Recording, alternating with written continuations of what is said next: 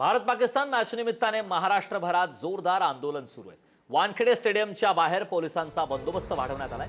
मनसे आणि ठाकरेंच्या शिवसेनेकडून ठिकठिकाणी या मॅच विरोधात आंदोलन करण्यात येतं। वानखेडे स्टेडियमच्या बाहेरची दृश्य आपण पाहतोय। पोलिसांचा बंदोबस्त वाढवण्यात आलेला आहे। वानखेडे स्टेडियमच्या बाहेरची ही दृश्य आहे, ज्यामध्ये आपण पाहतोय की पोलिसांकडून खबरदारी घेण्यात आली। कायदा आणि सुव्यवस्था बाधित राखण्यासाठी आता पोलिसांच्या माध्यमातून खबरदारी घेण्यात आली।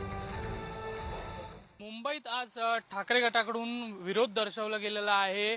इंडिया पाकिस्तानचा जे मॅच होणार होता दुबईमध्ये, त्याच्या विरोधात आज ठाकरे गटाने आक्रोश आंदोलन देखील करण्यात आलेलं आहे। आपण पाहिलं तर मुंबईच्या जे MCA हा ग्राउंड आहे, ह्या ग्राउंडच्या बाहेर पोलीस तैनात करण्यात आलेला आहे। सुरक्षा बलाची टीम वाढवण्यात आलेली आहे, जेणेकरून कोणताही आंदोलनकारी या भागामध्ये येऊन गोंधळ घालू नये याकरिता पोलिसांची टीम जी आहे ते पूर्णपणे ते वाढवण्यात आलेली आहे। MCAचे जे ग्राउंड आहे, पूर्ण ग्राउंडच्या परिसरामध्ये 100हून अधिक पोलिसांचे तुकडे तैनात करण्यात आलेले आहे, जेणेकरून आंदोलनकारी या भागामध्ये येऊन कोणताही गोंधळ करू नये यासाठी ह्या टीम पूर्णपणे आता तयार करण्यात आलेला आपण पाहिलं तर ह्यामध्ये महिलांची देखील सहभाग घेतलेला महिला पोलीस देखील अधिकारी आहेत ते या गेटच्या बाहेर आपण पाहिलं तर महिलांची जे तुकडे आहेत ते देखील इथे तैनात करण्यात आले, जेणेकरून कोणत्याही महिला देखील इथे अनोळखी व्यक्ती इथे घुसू नये याकरिता महिलांची तुकडे देखील तैनात करण्यात आलेले।